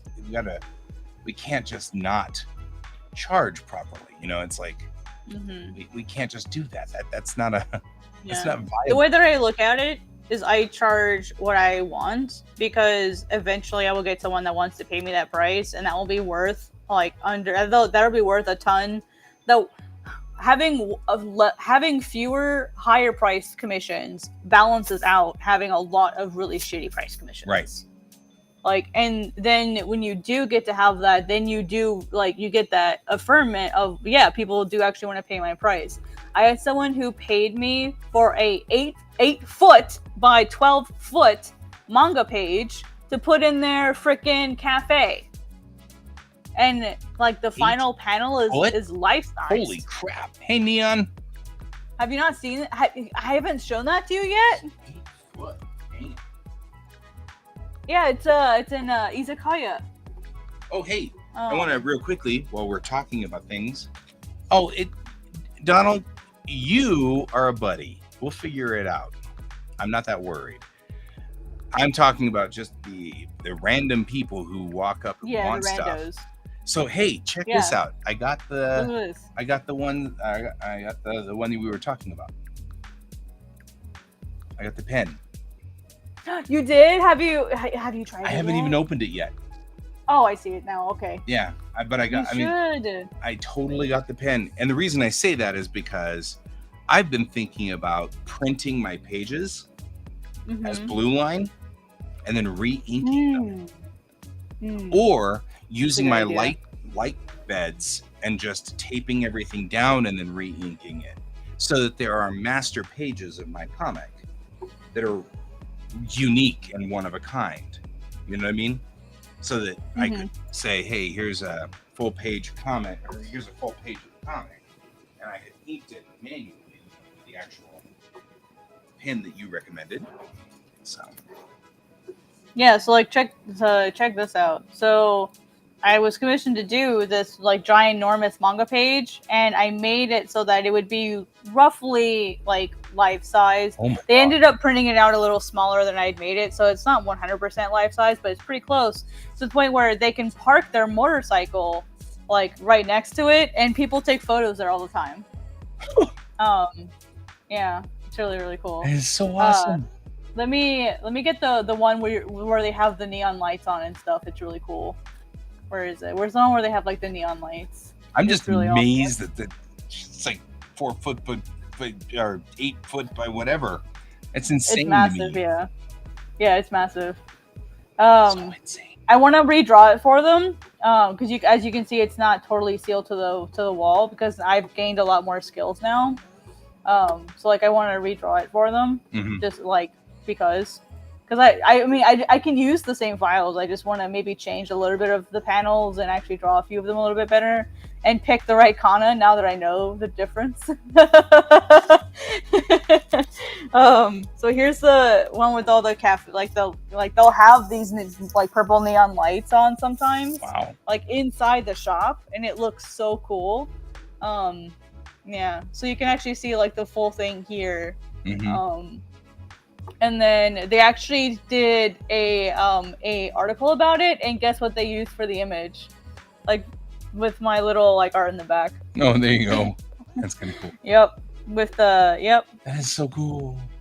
Yeah, I actually I've been to the shop before, like in person to look at it, but it was closed at the time, because it was COVID. So it was I couldn't go in, but I really want to go in and like get my photo with it. Yeah, because I'm short enough that I could stand next to it and probably be the proper height. I'm like 5'3" on a good day, so like I'm the perfect height for it. And I've had people that have reached out to me and be like, hey, I saw your work at the Molto Neko Cafe, and I just wanted to say like it was really cool, it's really awesome. Here's I'll drop a link where the cafe is, or their Instagram account. It's in Sarasota, Florida, which is actually where I went to school. Oh, okay. In Sarasota, yeah. And that's actually so funny story how I actually got the job. So here's the link. So how I got that job was when I was in art school.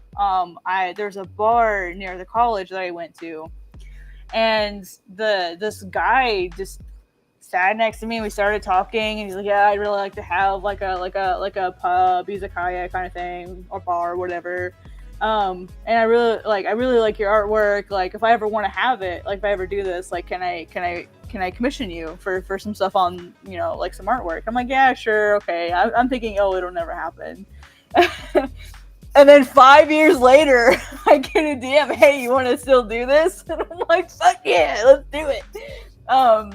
So yeah, just something that I don't want to say I never thought would come to be, but I get so many like job offers like that, and so few like follow up with me.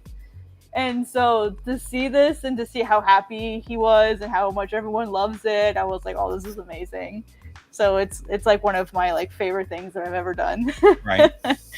And what's really sad is the school never recognized it. Yeah. Even though they're just a few blocks away. Right. Never recognized it. I wonder why. Yeah, they used it a lot for promotion, and he paid me really handsomely for it too. Like when I gave him how much I wanted for it, he's like, fuck no, and he doubled it. Oh. He's like, no, you're getting this much. That's so cool. Yeah, so he's a really nice guy. I love when that happens, like, because I undersell myself, and people know that. And it's like, the problem, of course, is that, I still have mouths to feed and stuff. Jung, for your benefit, I had a couple of these I made up at one point in time, which sort of did a breakdown of how to look at it. So like, it's 25 if you just wanted a headshot or a bust, in pencil. and the full body would be 75. And then for inks, it's 35 and 100. And then for watercolor or colors or whatever, I charge 50 for a head, and then 150 for the full body. So that just as a side note, because I knew I had one of these. I had seen another artist do this, and I happened in this particular piece, I happened to have all three versions of her, where I had the pencils, the inks, and the full colors. So I showed that. Anyway, that was a thing I was just thinking about too, because I know that. And then I had an online version of this too, and I'm not sure whether that changes anything or not. Oh yeah, online doesn't have pencils, so I changed the type to just black and white or color. So anyway, there you go. Sorry. No, you're good. You're good. I'm trying to get my stuff done. So some people really just want the pencils. I was like, okay. yeah, I have people that love ordering sketches. Yeah. Like that's all they order from me. They never order anything finished because they just like sketches. Yeah, that was the wildest thing. I was at Mile High Comics, and we were doing a thing where we were all sitting at tables. It was a Red Team Go thing. Oh yeah. And we were doing them. We were all sitting at the tables, and this guy came over to me and said, "I want to commission you for a sketch of this character from Alpha Flight," and I didn't ever even heard of it. I had to go look it up on my phone because I didn't even know who the character was. And so I did, and I actually really liked that piece. It was a good piece, and he was totally happy with it. Paid $50 right there for just the pencil sketch that I did. Wow. Sitting at the table. You know, he came back like an hour later, and I'd finished it up, and I was like, "Do you want me to go to inks?" And he's like, "Nope, I'll take that one right there, $50." And I was like, okay." Myrrh. That's such a mood, that myrrh. Right? I'm like, Yeah. well, that's a thing. And I was just so excited. I was like, well, that works. So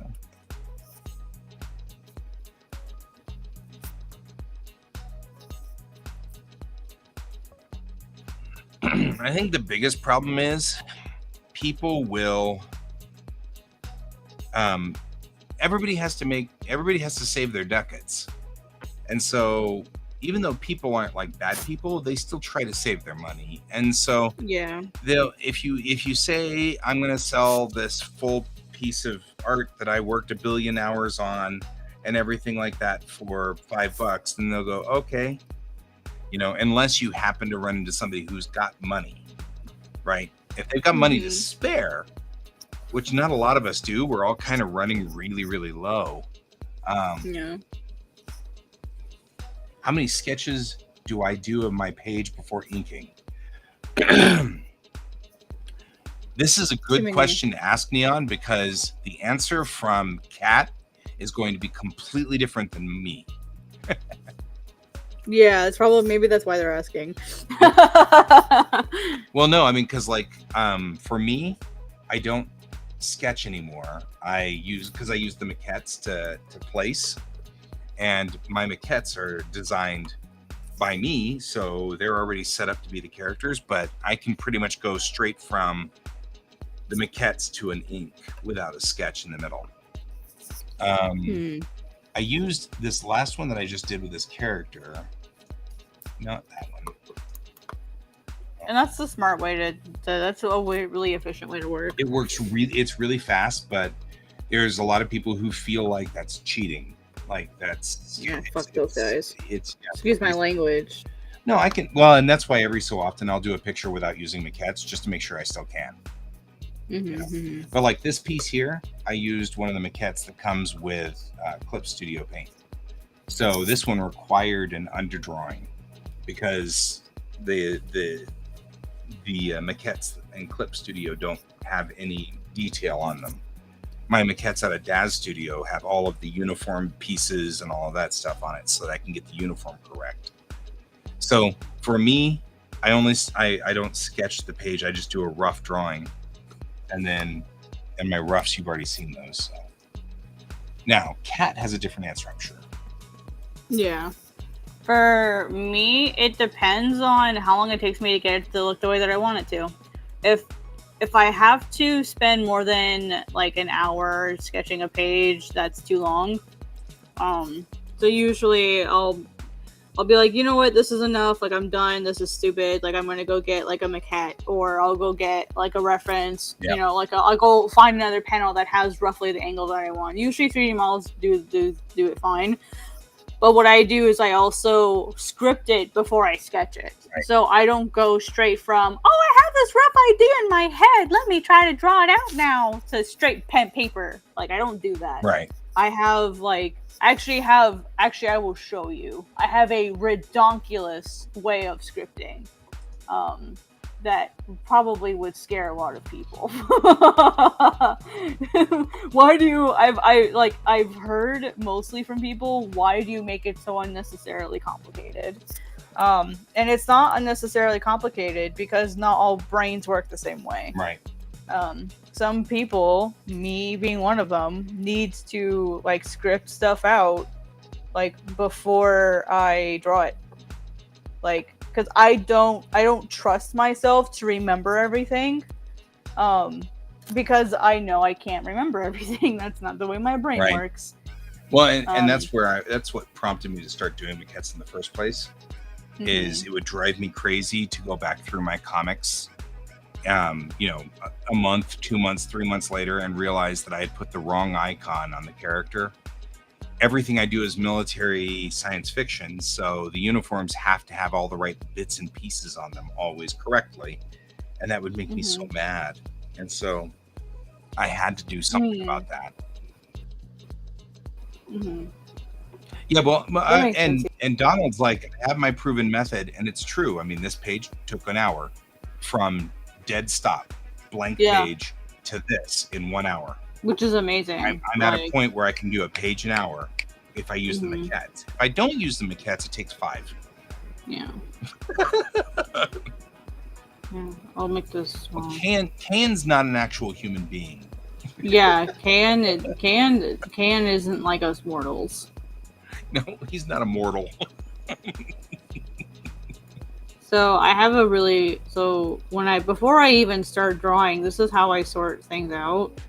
So I'm just making this so you guys can see everything. I mean, so you get because I want this to be clear and understood, because this is the extreme that I go to. It's kind of sad, honestly. Like, sometimes I feel really embarrassed that I do this, because it's like, why do I have to do this to be able to function as a writer? But I hope that it helps maybe other people figure it out. So this is one page, and then you'll notice all of these. Oh, you guys can't see it. I just realized I have to change my window. Sorry, guys. Sorry. Let me change my I'm like window trying here. to figure out what's going on here. Yeah, I forgot you guys can't see it. Okay, so welcome to my hell that is Google Sheets. So essentially let's see, do I have one that has all of it in it? No, I don't. Okay.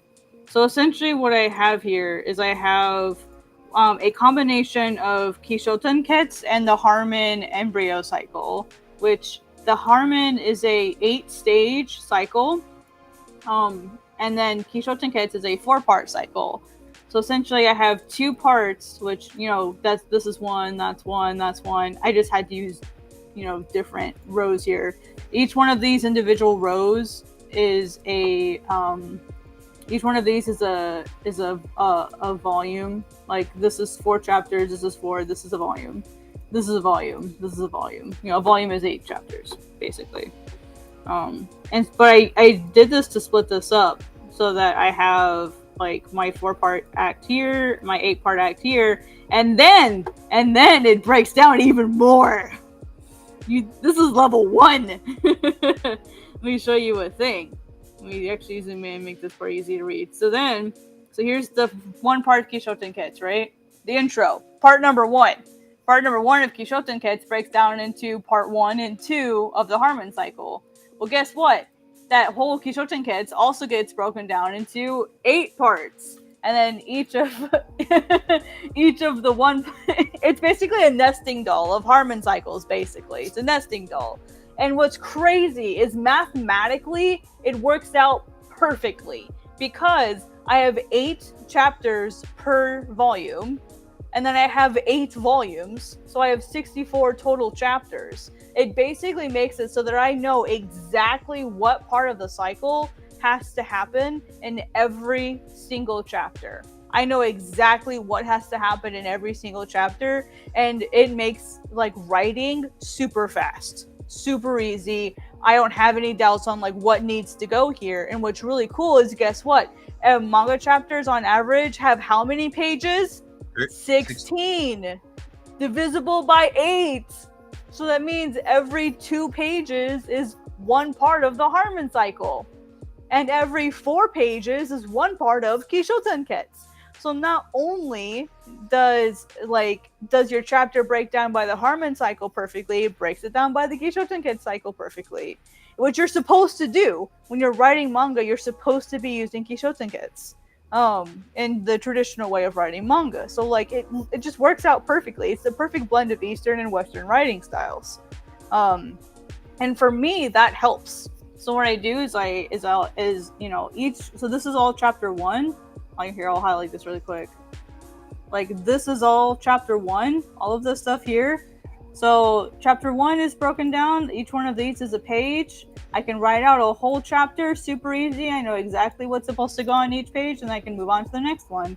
I haven't started it yet, but I have all my summaries in. I know exactly what all the goals I have to accomplish are in each one of these. It literally took me like 45 minutes to put all of this together. Like what I have of chapter 1 and the summaries for the others, it took me 45 minutes to put it all together. And and I already have my script basically written on a different thing here. So right here, I have my script written. So like, I already have my script written for like the first 2 volumes. I just have to import it into my sheets. So it's a really efficient way of structuring your story. So that it's super easy to write. Barely an inconvenience. Sorry. Yeah. I'm just. No. It's true. No, So like, then I have like later parts. I'm being silly. Oh, I see. No, you're fine. Yeah, it's like well, I hate writing. I rather draw. So if I create a really organized, like all of this here is stuff that I still have to sort out into the later chapters and stuff. But what's really nice is I have macro views and micro views. When I'm looking down here, down to the individual page, like this is a micro view. But if I want to see my manga at a glance and I want to see like the rough idea, all I have to do is come to this page and you say, hey, what happens in volume blah, blah, blah. Boom, I know exactly what happens. I will know at any given point what's supposed to be happening in my manga. At any given point. Right. It makes it... Now, unfortunately, the problem is it can make it predictable, but that's why you become a really smart creator and you don't make it predictable. You throw in wrenches there every once in a while. And what's fun is I don't have a typical story format because I have a murder mystery. Right. So that means that I get to mess with the traditional way of storytelling. Right. So I will swap with you and I'll explain mine real quick. Go for it. And then I'm like completely different. And I've gotten even more different as time has gone on. Just like Kat, it's very important for me to be fixed to a cycle. And so when you look at manga is generally done in 15 pages with a splash. And that makes it really convenient for US novels or US comics because they're usually 32, which is 2 16s. So you just get 2 15-page sets with 2 splash pages and you are set. So this is my layout. I used to write a script in text and I don't do that anymore. It was not helping me.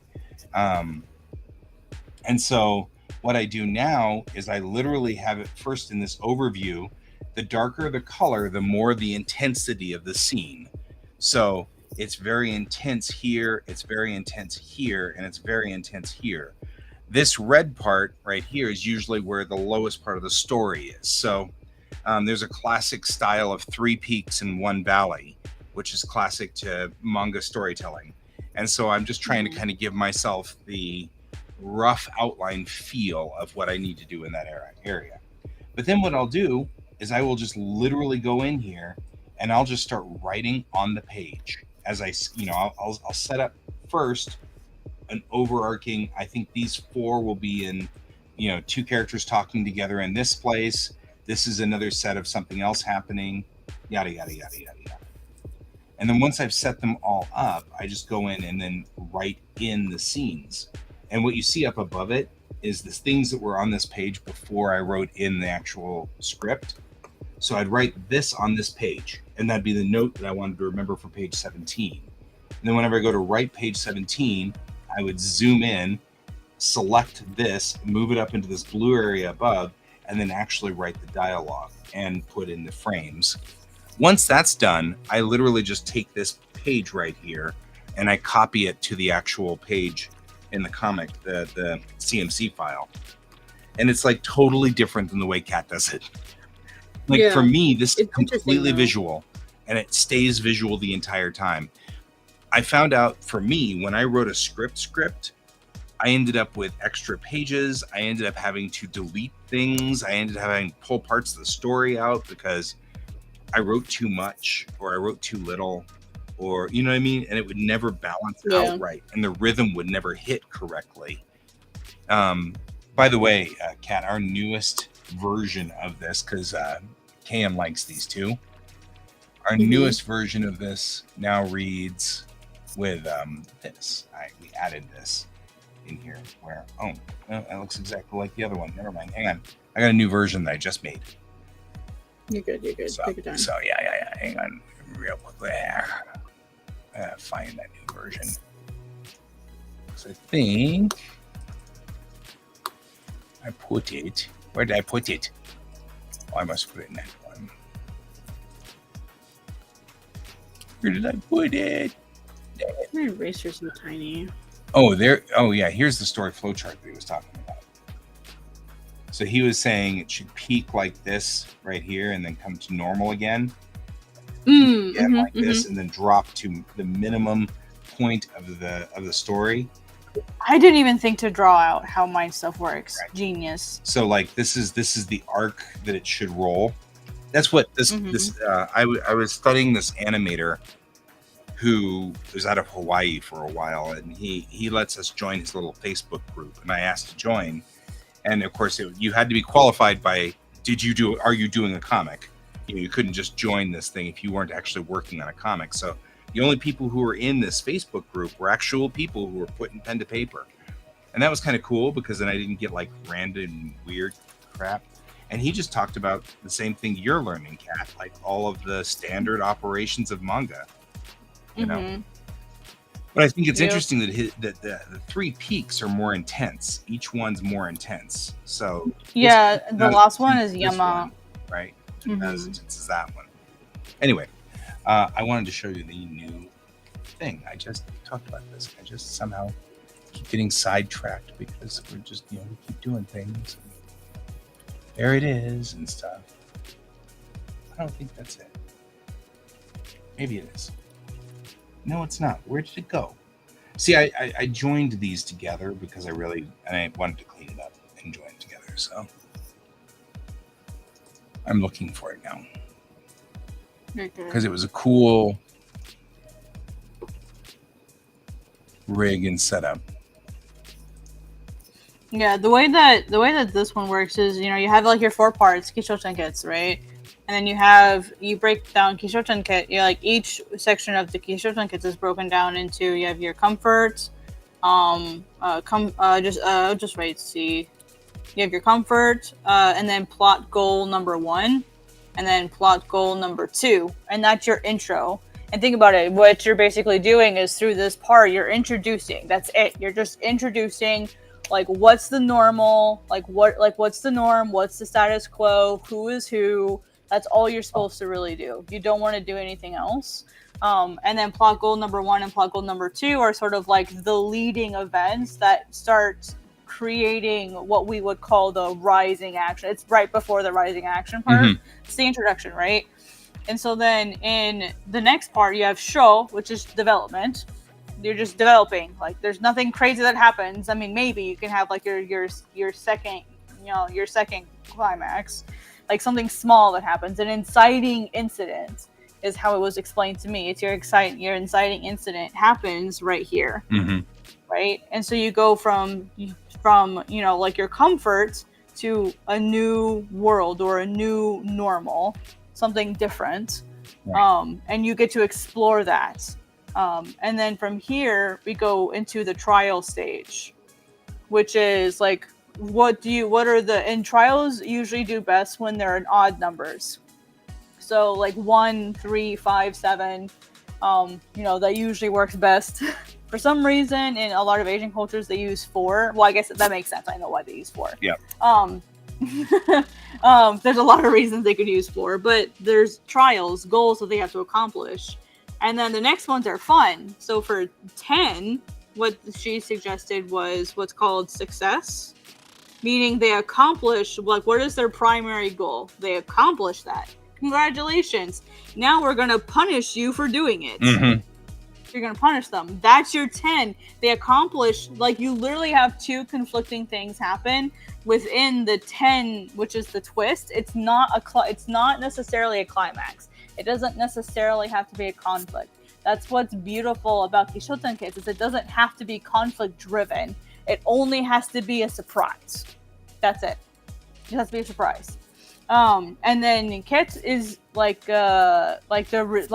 not a resolution in the fact that you solve the problems. It's just result. It's the result of what happens. Whatever this twist is, it's the result. But in the Harmon cycle, we have a very similar set of actions. We have the return to a normal, or new normal. So basically, things calm down, whatever, and then loose ends. Right. Spelled loose wrong. So you tie up all of your loose ends, and it doesn't have to be a happy resolution. It just means that any lingering questions that still need to be answered get answered in that stage. And that's basically how that works out. And what's really cool, the way this works out for me, I have 64. So we have 8 parts here. If we divide each of these by, my brain is suddenly giving out on me.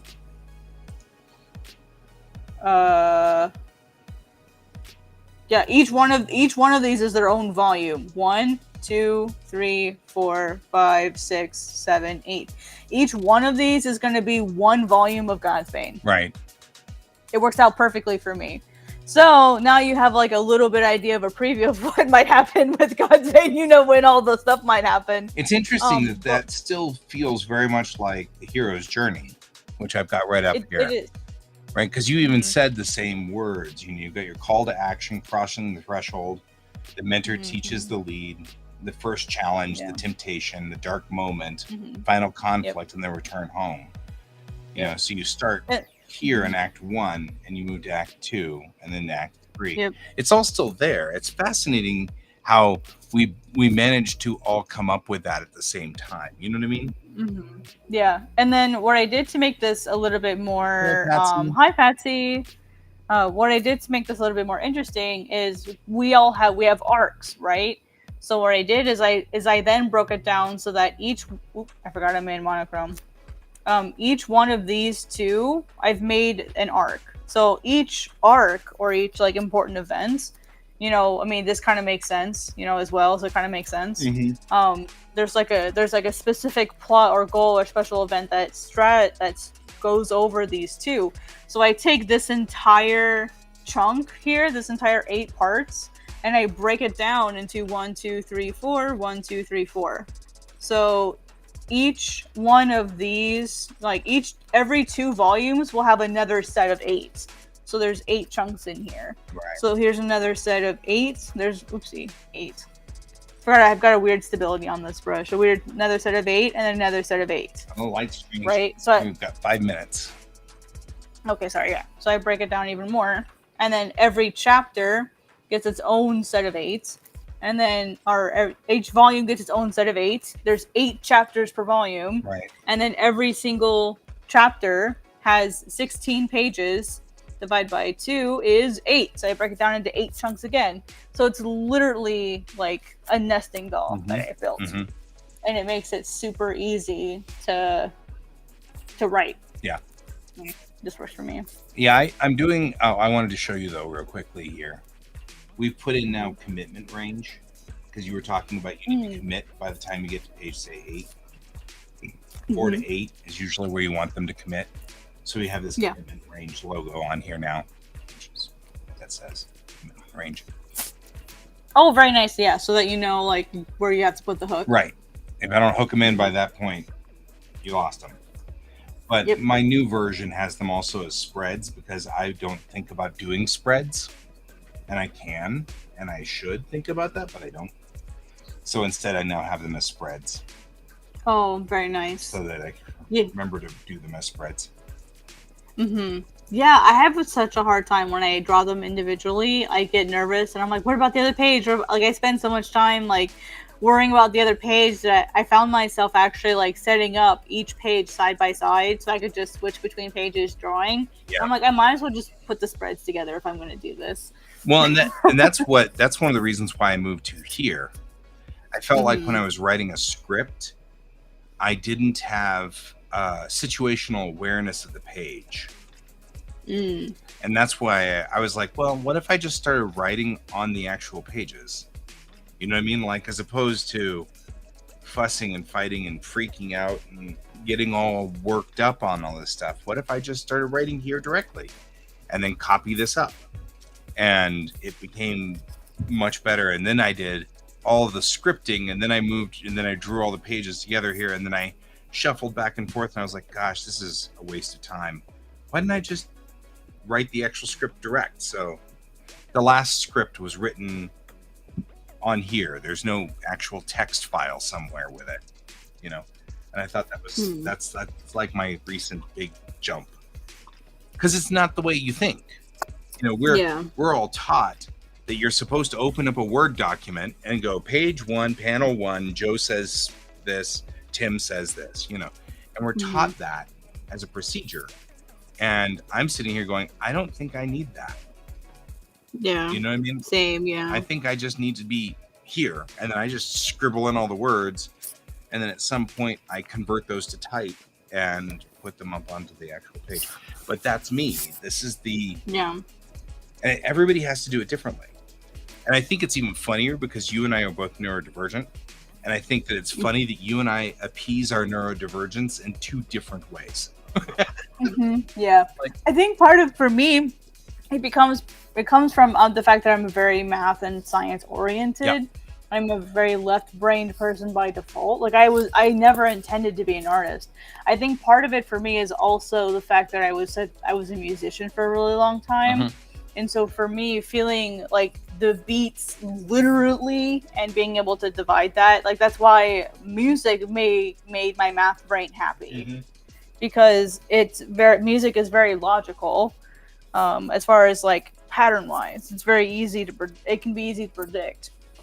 And so I liked music, and I kind of take the same approach that I made when I was learning how to do animation. And with the timing and the pacing that I also did with music, and just applied it to comics. Right. Yeah, I think that's it's an interesting thing, because I actually am also attracted to music too. So I think I could have gone your way as well. I just had a bad math teacher, which messed up my math part. Like at the critical point, because I think 3rd grade is a critical point for all of us. Yeah. I think we all do like something at 3rd grade, and it's just so critical, and it's like, so I think my feeling is that I was moved from the ability to do math. Good night, Donald. You too. And so I think that's what happened with me.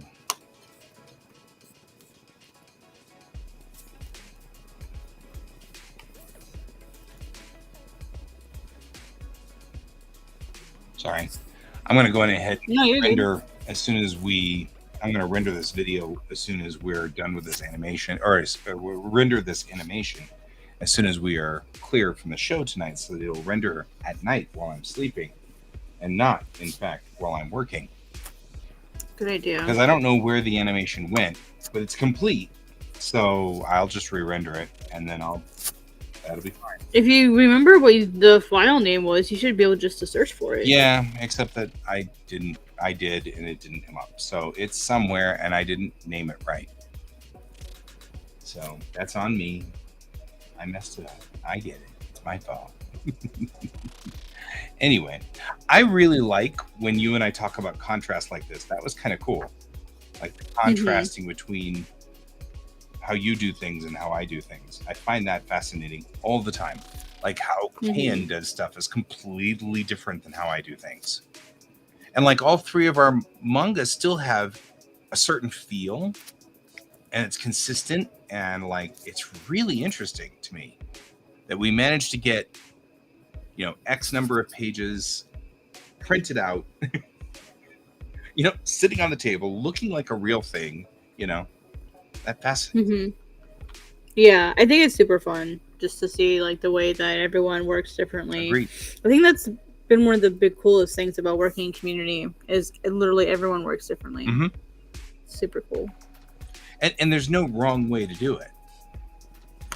But the real reason I like discussing all these different things is because if I had seen someone, I call this the Phil Collins method of doing comics.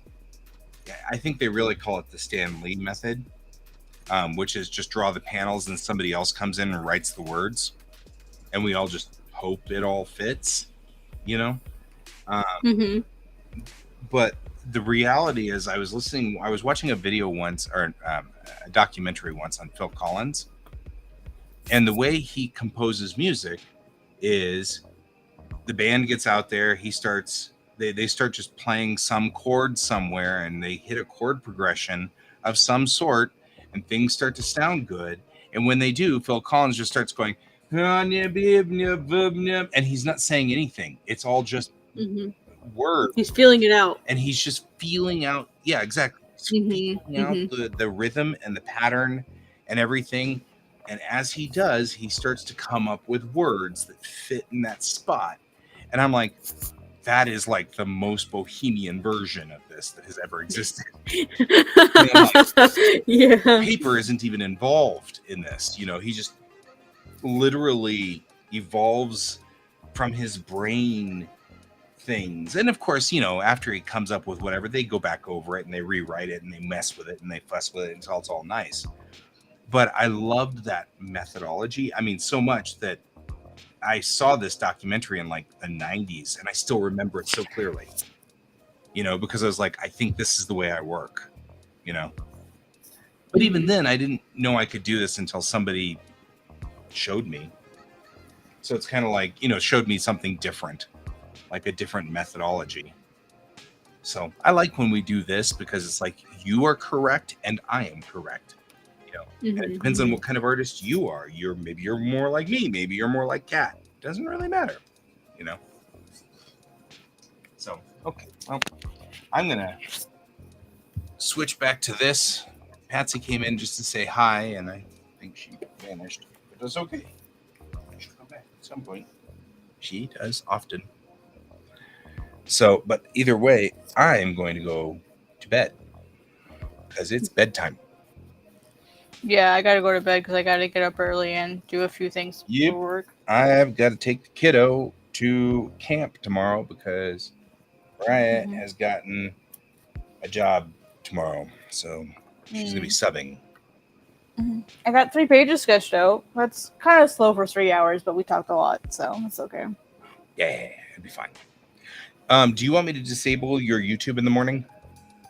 Yes, please. Okay, I'll try to remember to do that. I'll really try to remember to do that. Oh, I'll do that before I leave. Okay, cool. Well, then I'll close the stream down, and then we'll start that in the morning and everything. I will see you all later. Thank you all for joining us today. We had Patsy, and we had Neon, and we had Donald, and we had Jung, and we had Little Mango Art. who was here as well.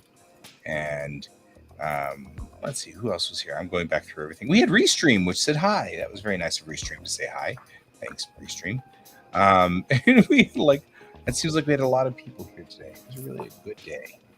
So good night, everybody. Thank you for joining us. Thank you for joining me again, Kat. I appreciate that. Yes. And as always, I will see you tomorrow, and keep your eyes on the stars. Goodbye. Bye. Take it easy.